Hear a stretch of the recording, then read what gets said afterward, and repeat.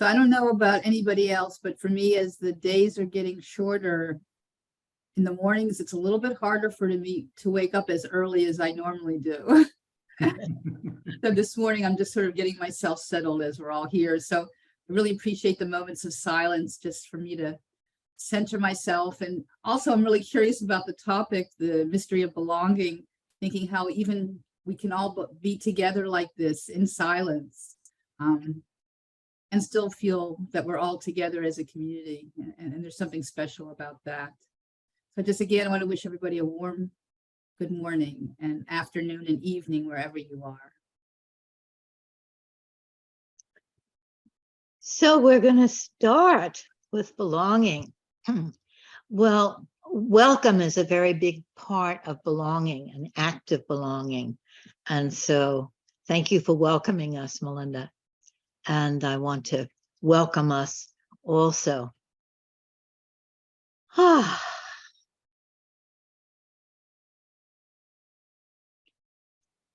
Belonging, a very, very, very big word, a very, very, very big topic.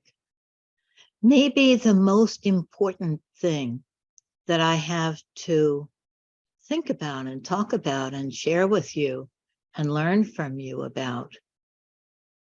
And I was feeling a little unprepared this morning, thinking, you know, I wish I could just have it all prepared so it would be, you know, it would be smooth and and have conviction and spirit. And then I said, no. I thought of Gene saying to the when he would do a demo with someone and they would say, oh, I'm nervous and it's not going to be good enough. And Gene would say, oh, it's going to be whatever you want. And I'll do it for them, meaning the audience, later. So I thought, oh, well, I'll do a polished version later. And this morning, I'll just be with you with this very, very big topic. I asked I told my partner I was going to give a talk this morning, and she said, well, what are you going to talk about? And I said, belonging. And I said, what should I say about it? And she thought for a minute and said, oh, it's a big word. I think belonging is what makes you more than yourself. And I thought, wow, yes, what makes you more than yourself? She has a wonderful way of putting very complex things into the little pithy statement.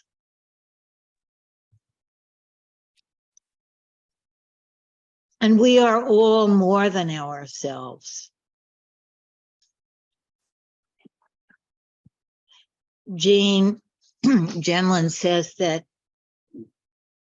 we are interaction. We're made of interaction. We're made of belonging. It's something so fundamental. And by we, I don't even just mean humans, all the humans of the earth.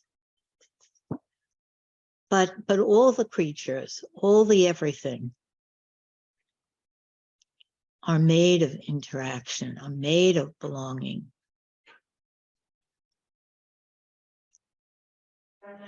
Belonging is something so fundamental to our being. It's like oxygen. We can't live very long without oxygen. And we can't exist without our belonging.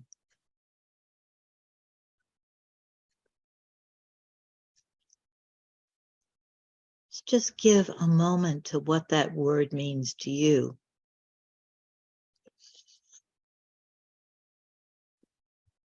How it lands in you.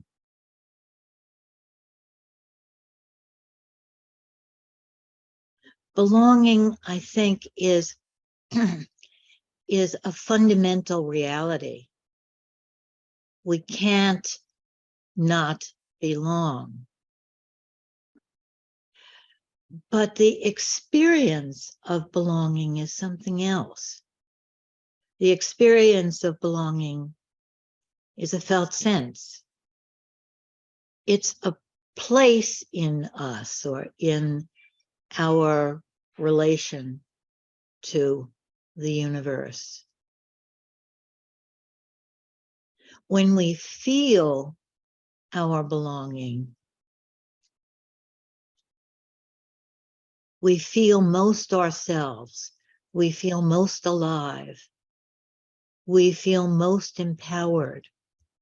We feel most secure. We feel most happy and creative. But the irony is that we can be made out of belonging, and it's so fundamental, but yet the feeling can be a feeling of precariousness. For those who English isn't the first word, first language, it's sort of iffy. You know, we say sort of walking on thin ice, like the ice could break and you could fall into not belonging. The feeling is, maybe I don't belong.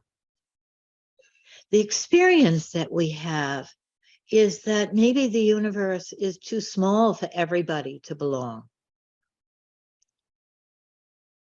Only the fittest, you remember the survival of the fittest, only the fittest belong. And I can't belong if I'm not this way, this way, this way, this way.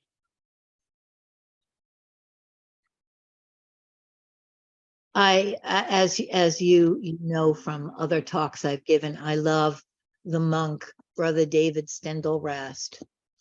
And he says that the ancients, the biblical people, talked about belonging as salvation. And they talked about sin as alienation. And I think that's so right. There's an experience of belonging. We're saved, we're free, we're safe, we're in the fold. And the feeling of alienation is the feeling of damnation, actually. I'm out. The feeling of I'm not good enough. They don't want me. They don't want people like me. And this experience of the feeling of not belonging is so primal, and in the family, and in the community, and in the culture, and in the world. And we will do anything as humans. We will do anything to feel that we belong. They did research on people who committed war crimes in Vietnam and why they did it. And they said, oh, I wouldn't belong to the group. I'd be laughed at if I didn't, burn down that village. The fear of being ostracized, being kicked out, being made fun of, being excluded. That fear is at the base, I think, of all of our ills. But I'll get to that later. So I want to first have us really enter into this sphere of belonging, and and then talk about the problems, the challenges of being made out of belonging, right? And then we'll talk about the ways forward in anchoring our belonging. And I always like to give the last part, you know, at the beginning. So where we're going in this talk is to the place of how we can experience more of our belonging. It's both a free gift. All of us belong. I mean, it's grace. We don't have to do anything to belong. We're made out of it. We don't earn the belonging. We just belong. But it's also a claim.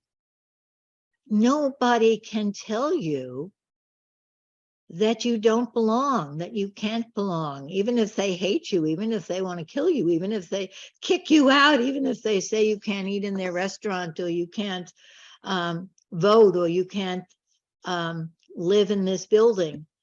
They do not have the ability to make you not belong. You belong, and belonging is a claim. It's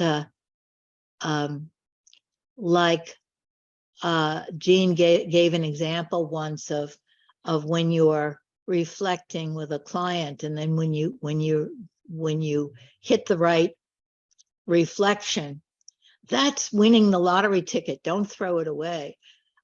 So I'm taking this a little out of context, but belonging is something that we all have, that ticket built into us. We have to claim it. And it has to be deeply rooted in us, that claim. So we're getting there later. So I want to start with just giving you a chance to feel what belonging is for you, as a place in you, a world in you, an experience. What is it like when you belong? I'll start with a couple of things that I thought about. Belonging is a place where I can be free to say what my truth is. Even if the other person might not relate to it, or might not like it, or might hate it. And I may have to craft what I say so that they can hear it, but it's a place where I have a voice. Belonging is voting, not just at the polls, but in your life, in the moment, always having a say in how things are. It's not always verbal. It's sometimes it's just something in me that I'm giving out, the sense of how I think things should be. Belonging is where I can say I'm sorry, where I can really feel that and be vulnerable to say I'm sorry. Belonging is a place where I can let down my guard. Belonging is a place I can take risks. I can be my disheveled self. Isabel and I had a little early morning talk and made a video of it. And I appear in this disheveled way. I wasn't ready for the day. And some people in the community empowerment group were challenging me to let that be public. if I really believe that. So that was a real risk for me. Belonging is where I can show my disheveled self. Belonging, and this is the hardest ones, is where I can let other people be angry at me. I mean, they'll be angry whether I let them or not, but I can let them inside. And I can be, as Jean would say, on its side, the inner one of the other. And belonging is where I can really listen. I can listen. I can feel that somebody else being angry at me and being upset with me isn't a threat to our belonging. And then I can deeply listen to it. Our belonging is something that isn't up for grabs, isn't questionable. Even if we separate, even if we're not talking to each other, we're belonging together. And feeling that in a conflict, both in ourselves, the parts of ourselves that are mad at us or we're mad at, the conflicts inside, the conflicts with other people, and also the conflicts in the world. We belong to each other, all the others, even if we don't like them. You don't have to like everybody, but you belong to everybody. So belonging is where I can feel that sense of connectedness, even in conflict or even in embattled situations. And that really helps that place. So I want to know from you, what is the feeling of belonging for you?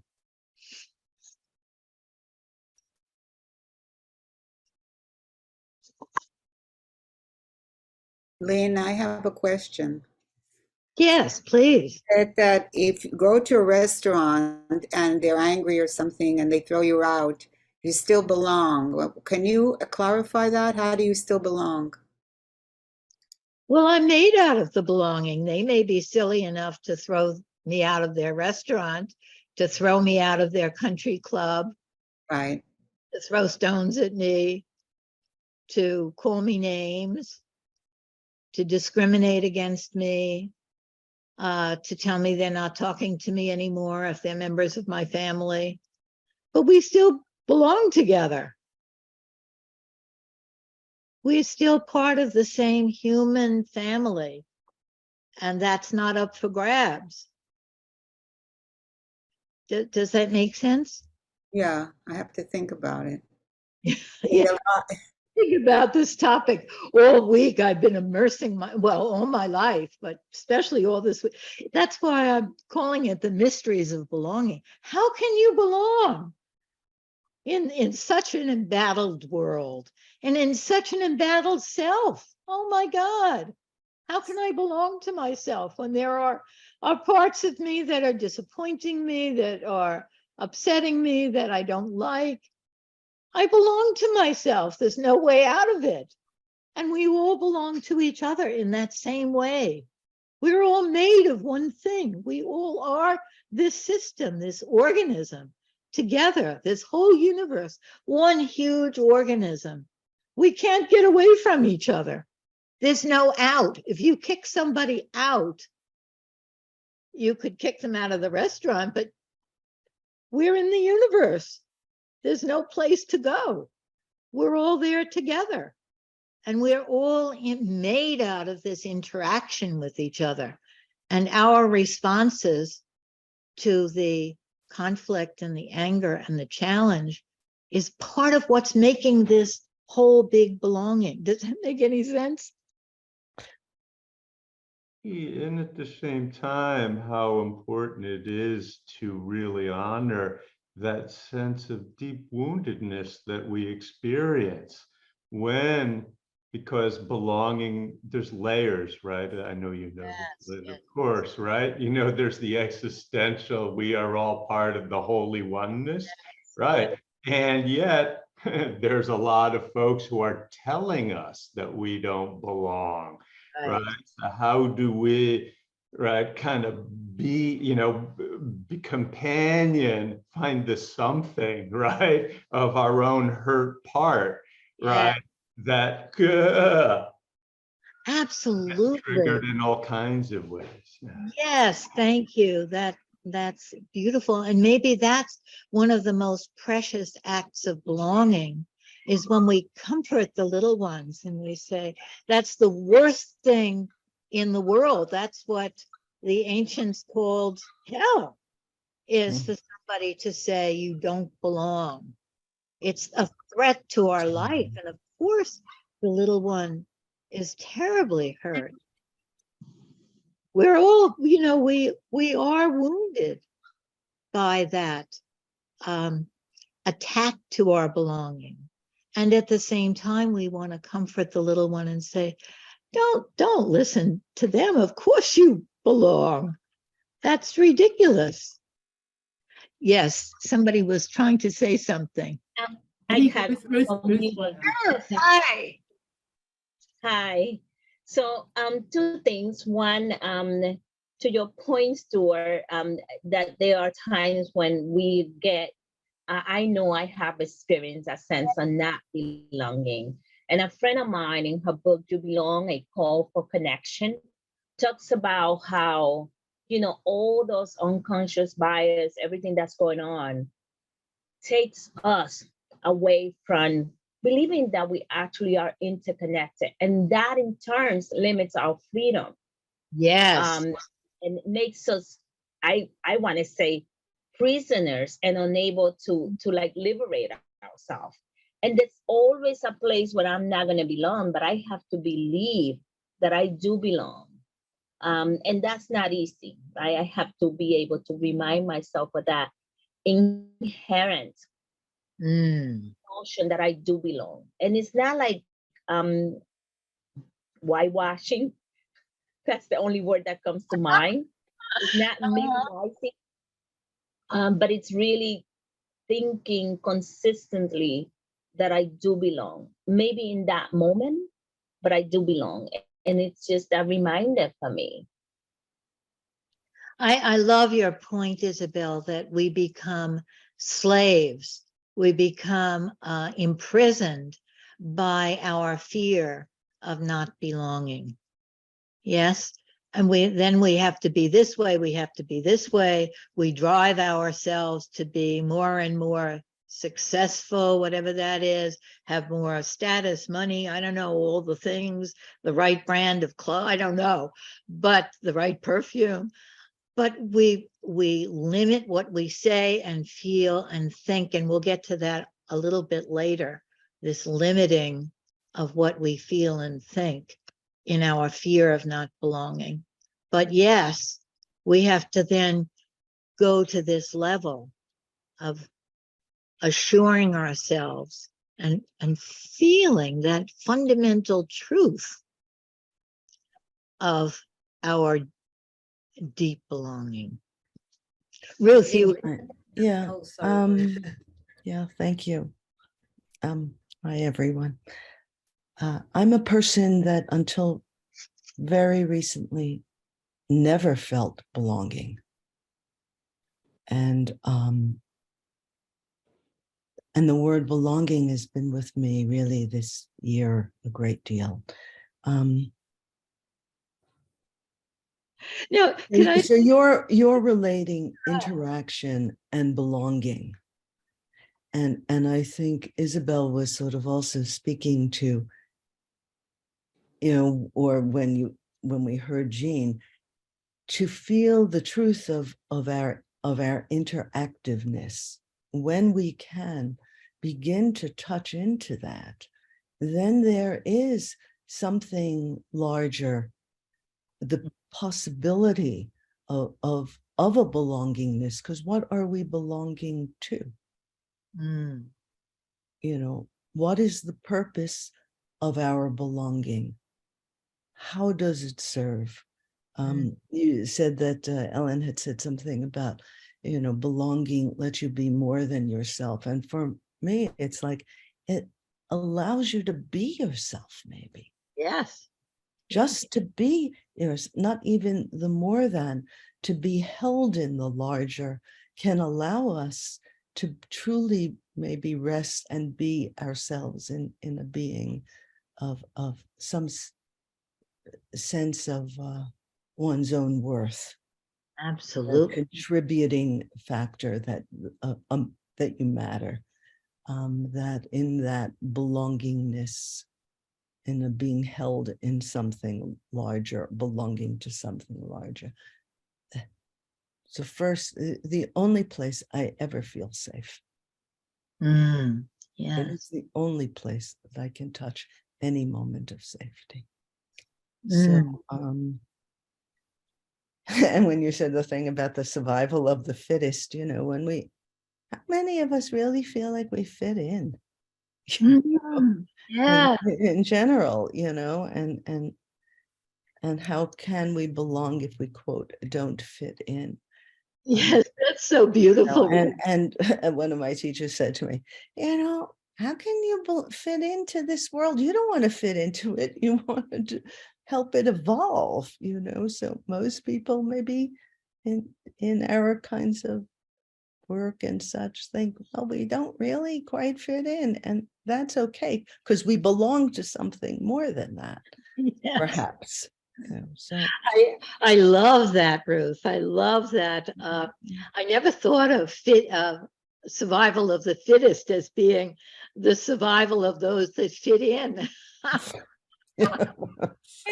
Imagine a world where everybody was fitting in. Oh my God, what a horrible world that would be. It would be like all these little, I don't know, little boxes on the hillside, as that song goes, all made of ticky-tacky, all the same, I right? guess I just wanted to end with a kind of, that word belonging has become very popular this year. We hear a lot about it. So I'm always interested when a word sort of takes on its own life force. And there's something about the issues or the experience, because it has to be experiential, of belonging, of being a part of something that feels absolutely critical. And it is needed for our political and social action. Absolutely. Because separation, not belonging, feeling alone is when we are vulnerable and can be used in different ways. Right. There's Thank so much what you said, right, to grab there. Lynn, is it okay to say something? Yeah, please.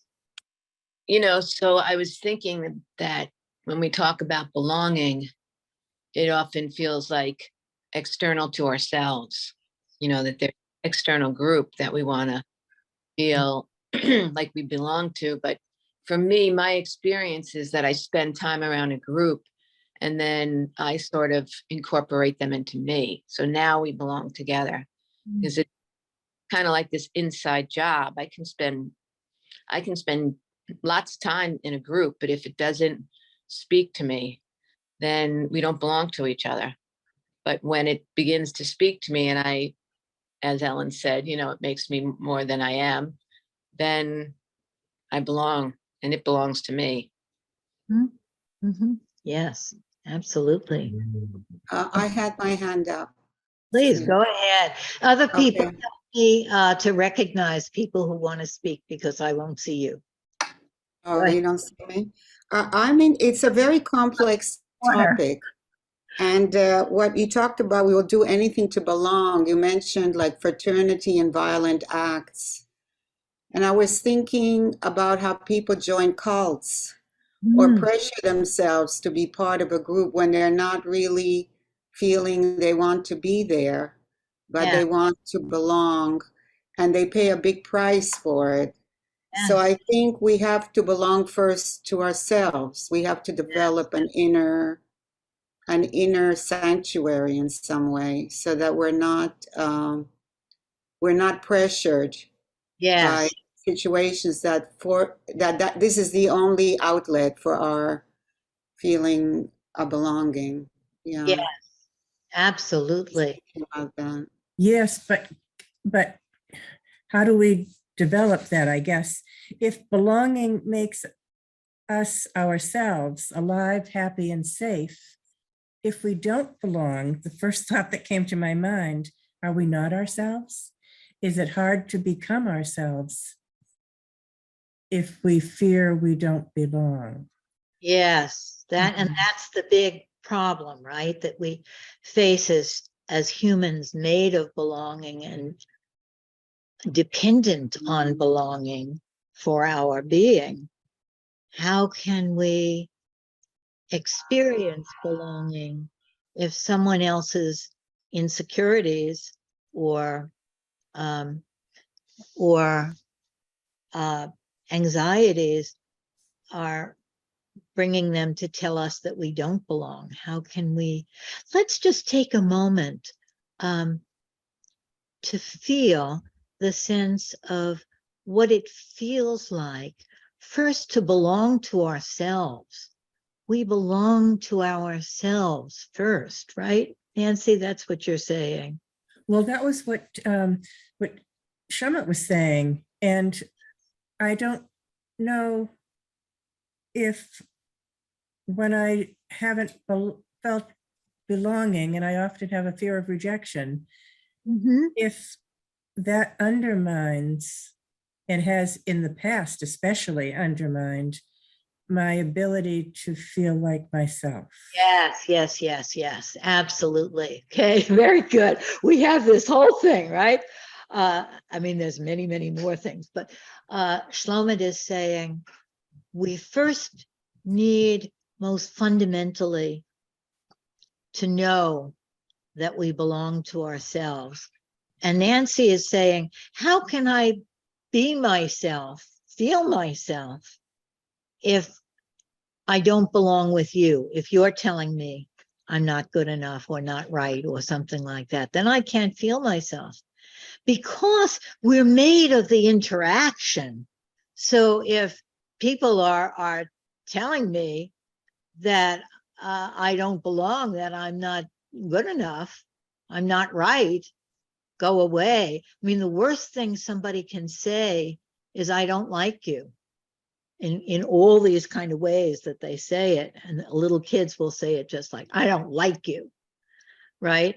But that kind of message, how can I like myself, be myself, feel myself? And I have some ideas about that, and I'm gonna say them, but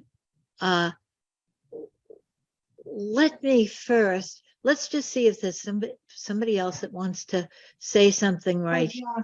Lynn, I just wanted to say something that I had said a while in another session that we had. So you said something about belonging, like you were so emphatic about it. Like you said, we belong. Like it suddenly hit me. It doesn't matter if you don't like me. I belong. We belong. You said something like that, and it just hit me so deep, because I had to do a collage project, and I kept on having these dreams, and they were like constant. So I ended up doing a whole collage series where I had this dream where I was like the universe. Like I felt so deeply that I belonged to the universe, and the universe was inside me. And it felt so profound. Like I always hear, you are the universe, but you have to experience the universe inside you to really say, like, holy shit, I am the universe, And it was so deep. And then I was walking in Hudson, and I passed by this church, and the church had two huge posters like dangling down. It's an old 300-year-old church, and it said, you are a constellation on one side, and the other side said, you are interdependent. And I said, oh my God, like that is so true. Like I am a constellation, I am interdependent. It doesn't matter if you believe what I believe, we are still belonging with each other. Like everything you said reminded me of those two experiences of the dream on about I am the universe, and then the experience of seeing that dangling from the church, that I am a constellation, that I am interdependent, and I can't see things differently anymore. Like what you said when you said we belong. It doesn't matter if you like me or not. And you know and you know, I'm not in that place now, but as a young adult and as an adolescent, I experienced a lot of racism, you know, and it was it was weird because, you know, I'm Latina, so I would say, well, if a teacher was like racist, like I would say that's his view. Like I felt it didn't matter what he believed about me. I thought that's crazy that he's saying those things because I belong in my Latinaness, you know, I belong in my culture. My culture made me feel so belong that it didn't matter what I experienced outside. I would just see it as like the person has to be out of their mind to say that, you know, in front of everybody. And I mean, professors would say all kinds of racist things and actually believe that they were correct, and then actually have antiquated methods of research to prove the validity of their racism, which we were shocked. And then one day, a group of us, like we were seniors by then, we went and got a professor fired for his racism. And it was like the first time, like an act of empowerment. We wrote down all the racist, and it wasn't just me, like it was a diverse group of students, you know, white, and like he was just saying things that everybody felt like we can't allow this, like this is unacceptable. And this was such a long time ago, but I felt like I belonged to something at that moment, you know, like I belonged to something big. Yeah, yes, you belong to something big. And yes, thank you, Anesi. Yes, and I love what it said on the church. We're running out of time, and I just wish we're going to have more about this topic where we'll have more time to really discuss it. But I'll just make a couple of more. Could I just say something first? Yes, I just please. want to ask, when you got the professor fired, did he belong? When we got the professor fired, well, we didn't get him fired. We wrote a letter about what he was doing in class, and they asked him to leave. And he came to say goodbye to us and told us a whole bunch of things that I'll never forget and that I won't mention here. You know, did he belong? I'm sure that he felt he belonged to something that he felt he should share with us, even if our taking it in was painful for us, for all of us. I'm sure he feels that he belongs. And it doesn't matter. I think that what Lynn is saying, it doesn't matter what particular views you have, you still belong. You belong, you're connected to each other no matter what. I mean, yes, he belonged, you know, and he when he left, he came to say goodbye and to tell us what happened. It was the end of the semester anyway. And what he said was, he gave a speech, because it was a speech course, and he gave a speech about cockroaches and how they survive and have survived for millennium. And I'll never forget his speech. He was trying to let us know exactly what he expected of us, and that we weren't doing the right speeches. And actually, his goodbye cockroach speech has always remained in my mind, about who survives and who doesn't. Hi, Lynn. That was a great, I just want to acknowledge, Jim, that was a great question, because you're challenging if you fire somebody, or let's say you divorce your partner, or you kick somebody out, do they still belong? Do you still belong? And of course, we're talking about these different levels, but the most fundamental level, we belong even when we kick somebody out, or put somebody in jail, or we separate from somebody, that we're belonging in this larger way. There's still an us. The us may be in conflict. The us may be separated. The us may be not speaking to each other. I may not be speaking to parts of myself, and that's dissociation. And I need to really, work with that. But we still belong together, me and this part of myself that I'm not speaking to, or that I've kicked out of my inner identity. That's beautiful. And I just want to address something that Jim said. I think that what I've seen a lot lately is that we're living in, at least in some circles that I'm encountering, where everybody is sharing opinions that can separate you from each other, right? And if I don't like what you think, then I'm going to cancel you. Like, there's this cancel culture where things are being just canceled and people are being let go because of what they say. And when I was an adolescent, I lived in a culture where you could not, like, authority and the elders are it. You don't have that kind of voice.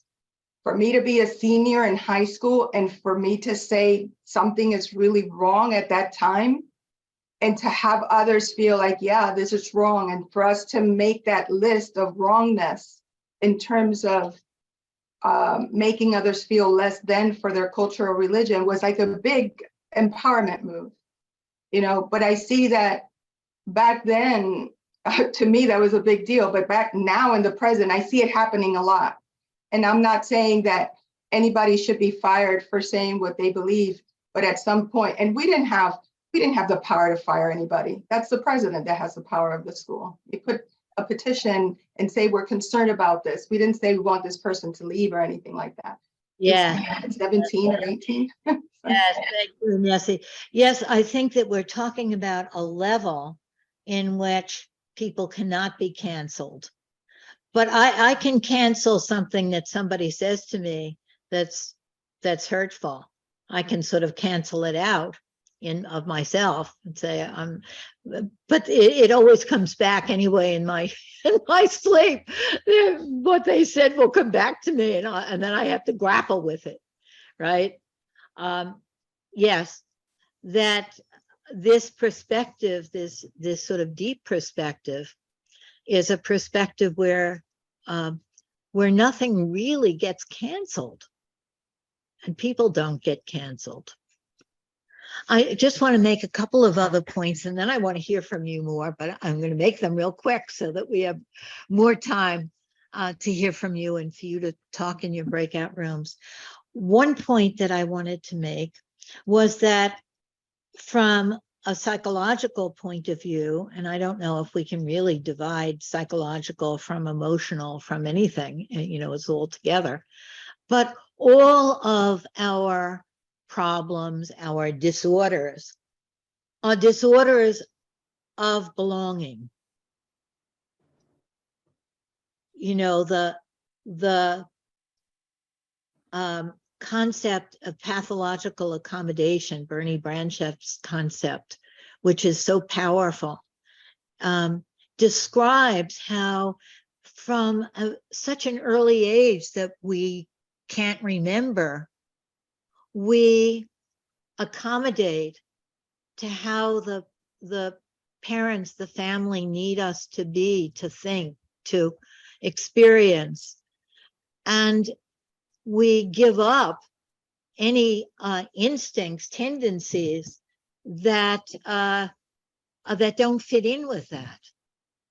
And we don't even know we've done that. We've grow up fitting in to what the family needs or rebelling against it without having even a sense. And we have to find that in therapy and focusing and whatever. Oh, that's how my mother felt. And then I was like this, it's that instinctive desperation to fit in and to bend ourselves into pretzels so that we we fit in to what another person needs for our belonging. But I could go on and on about that, and will in some other talk, about how all of our psychological issues are issues of belonging. But then all of our social issues are issues of belonging. I had the privilege to be part of our community empowerment dialogue, and Rachel and Jim and other people that are here were part of that dialogue, in which we were, what came out in the dialogue was that the crisis of climate change is fundamentally, or to a great extent, a problem of alienation, that people don't feel they belong to the universe to make it different, to feel like what they do, where they put their energies, that they really own this, are part of this earth to protect it. Cancel culture is another example. The polarization, the way in which it's easiest to make a bond, and this is so true, and I guess maybe we don't even have to say it, it's so true. The easiest way to feel your belonging is to be against those who don't belong. So I can feel safe that I belong with you when I'm talking negatively about someone else. I learned that as a 5th grade school teacher. It was amazing to me in my early 20s how that's the way the children could bond most easily, the us against them. And that's this big problem that we face in the world. Can we be an us without a them? Can we feel that we belong even with the people and the acts and the ideas and the everything that we are against? They are a part of us, right? We have to grapple with that. Is everything. What was that saying? I think, and I forget who said it. Nothing human is alien to me. It's all in this system that I am, and then in this whole big system, and that whole big system. And freedom cannot be, we can't give up our freedom to belong to ourselves in order to feel that we belong to others, or to be this way or that way, so that we belong with these or those people. And that's a very short version of this little section of my talk about the challenge of belonging. And I want to quick get to things that we've already said about the way forward. What is the way forward? How do we claim belonging? How do we foster belonging? And I think that this is where it's a gift that's so fundamental to life that we need to receive it, to accept it, to take it in, and we need to claim it, to actively claim it. And focusing, here's where I'm the celebrator of focusing. Focusing is the supreme act of belonging, right? When we focus, we are deeply listening to ourselves, all the parts. We go to those places where we're most embattled, where we're most fragile, where we're most rejected, insecure, and we listen to those places. we dialogue with them. And listening and dialogue, which is fundamental to focusing, is the act of belonging. Yes, we belong, we disagree, we're hearing each other, we're finding these levels. Focusing, when I come to the home of myself, even when I am experiencing not belonging to myself, and I feel I don't belong to myself, I'm making a home with myself. And it's not just with myself. That's why I loved what Ellen said about belonging is being more than yourself, because of course we're all more than ourselves. We aren't isolated entities. And in focusing, we experience that. We say, oh, it's like this, and this person's voice comes in, and that person's voice. And when we're having a focusing conversation, we're not only doing it inside ourselves silently, or with a partner, or with a pencil or a pen or a phone. We are doing it in community. The listening, the receiving, the hearing the different levels, the speaking from our true voice. And these are the acts of belonging. And I just heard this little clip of Mary Hendricks saying, you know, focusing doesn't belong to anybody, it belongs to everybody, right? That's our fundamental nature, is the nature of being able to find ourselves, dialogue with ourselves, make a home for ourselves. And of course, it's interdependent, and we find our sense of belonging by giving it away. Giving and receiving are the same thing. So when we help other people to belong, even people that we disagree with, or that we are threatened by, or whatever, of course your opinion belongs. Of course you belong.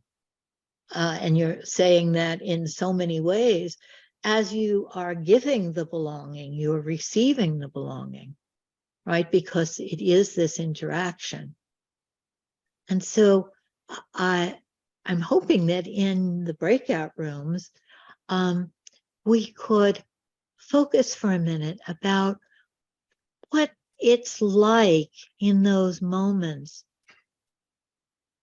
when we belong to ourselves, when we belong to the other, when we belong to the group, the society, when we belong to the universe, to the earth. What is that like? When we feel it's an inalienable right, and I like that term, it's an inalienable right, inclusion,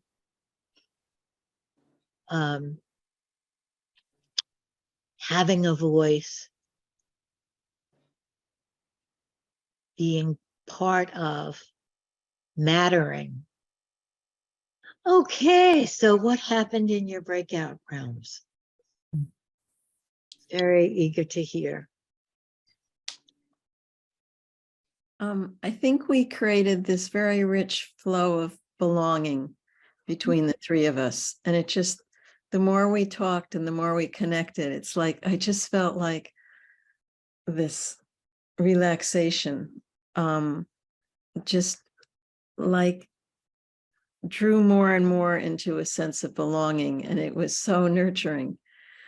And the other thing that came for me was starting to engage in a writing process, memoir writing recently. It's like a vehicle for me of having a sense of belonging to myself, and that as a starting point.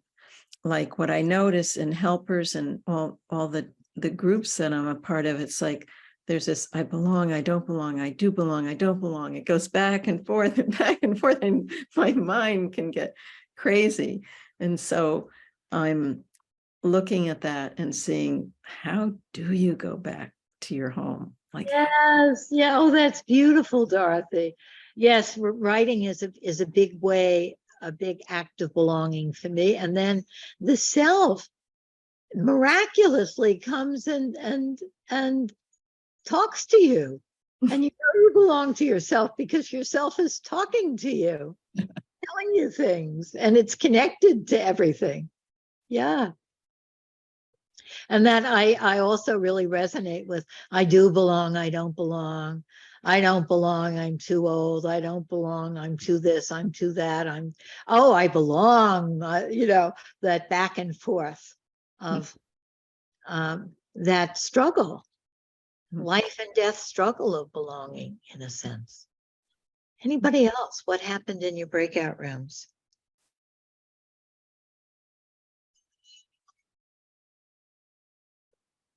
Posting in the chat, and the chat is frozen now, so none of us can post, so we don't belong. Oof, will you stop the chat? Maybe that happens in the breakout room. Is Christine still here? Christine, can you see? Here. Yeah. See what happened with the chat? It looks good on my end. I don't know. Is it? Oops, there it goes. In the breakout room, we talked about how we were belonging, the three of us in the room, and the different textures of belonging. It's very special. Wonderful.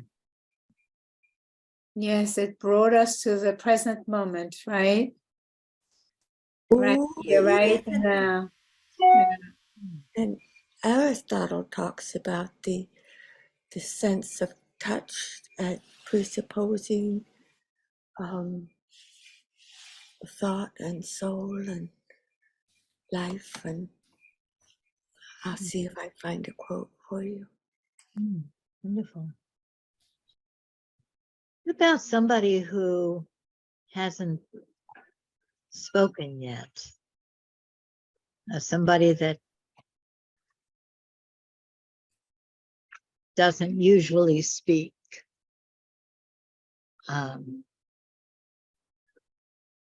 Or anybody. I don't want to. The whole act of belong is not excluding anybody, right?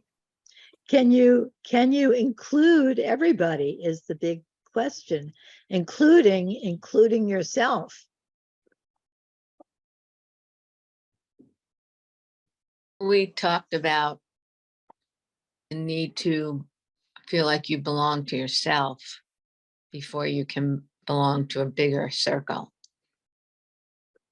The thing that's tricky is that you need to, since we are interaction, you need to feel that you belong to the other before you can, feel that you belong to yourself.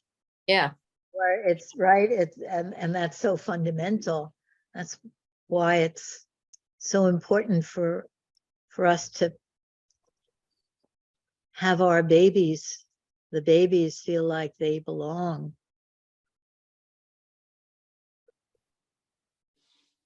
And yet, and yes, we can prioritize that sense of belonging to ourselves. Something that came up with us was the resource of nature, to feel we belong, and to see ourselves as part of nature, as opposed to a person in nature, but to see ourselves as part of nature. And yeah. I saw this wonderful documentary last night, and all of us that were watching it felt like we belonged to to it. It's called Elephant Whisperers, and it's, I believe, on Netflix.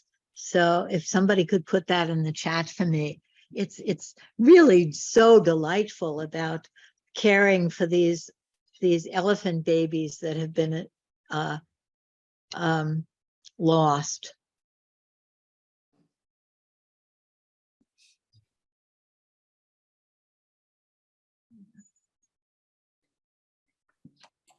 Lynn, I just want to share that I feel like so emotional. I feel like so touched that I don't want to talk, but I just want to acknowledge it's such a beautiful topic, and thank you for this beautiful community.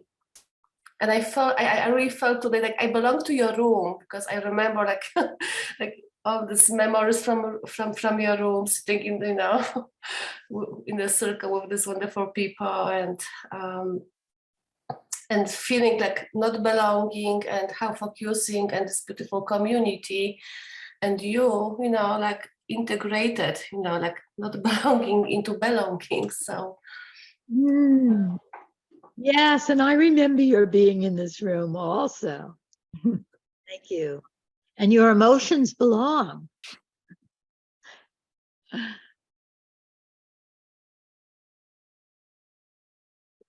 Hi, Daniel here. Oh, Daniel, for speaking. Yeah, sorry, I went off. My phone went off, and glad I was able to reconnect again. So what came in for me during the group discussion with Gary and my colleague who just spoke, she has quite a difficult name. I have difficulties in pronouncing, but what came in for me was having the power to belong, where no one can take it from me. Yes, yes. I have the power to decide on yes on the belonging. Yes. Now, the other bit also, when I had a deep thought through, was this big space that I have. And besides having the big space, I have had friends that I would confide in, and at the end of it all, I tried to belong to the friends as I was growing up, and throughout my lifetime. At the end of it all, what I just learned is I can't trust them anymore.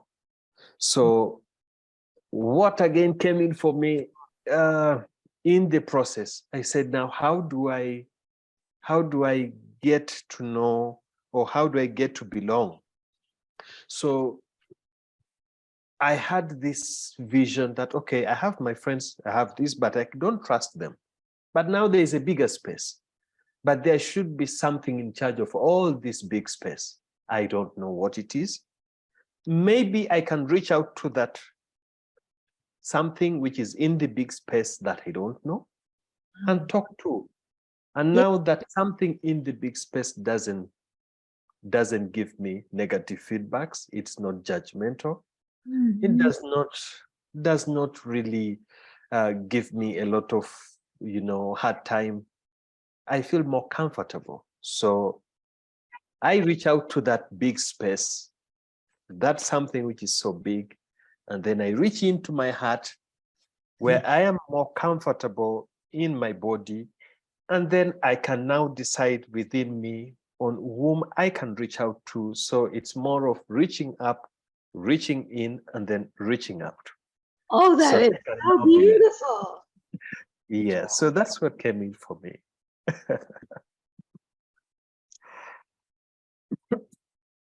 Reaching up, reaching in, and then reaching out to where I can belong. Wow, you can belong. And I have the power to decide on that.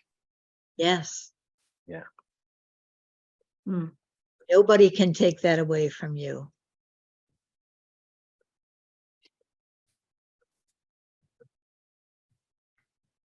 Well, I think it's time for Dorothy's poem, and I love ending the session on what you said, Daniel. You summed it up beautifully. Very nice.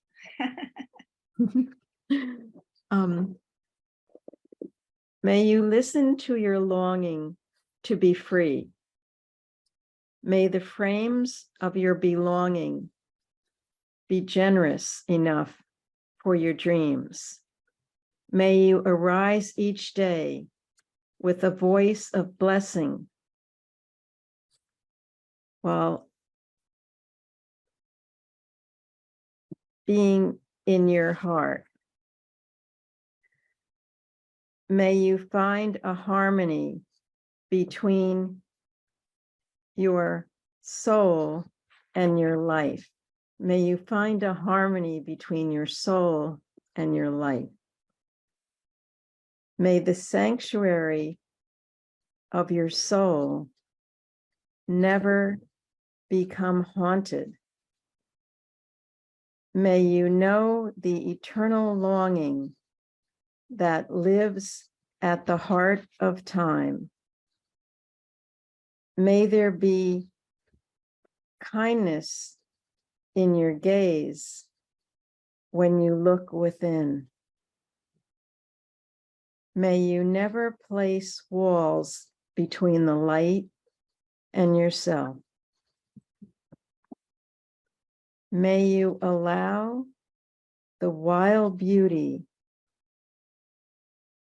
of the invisible world to gather you, mind you, and embrace you in belonging.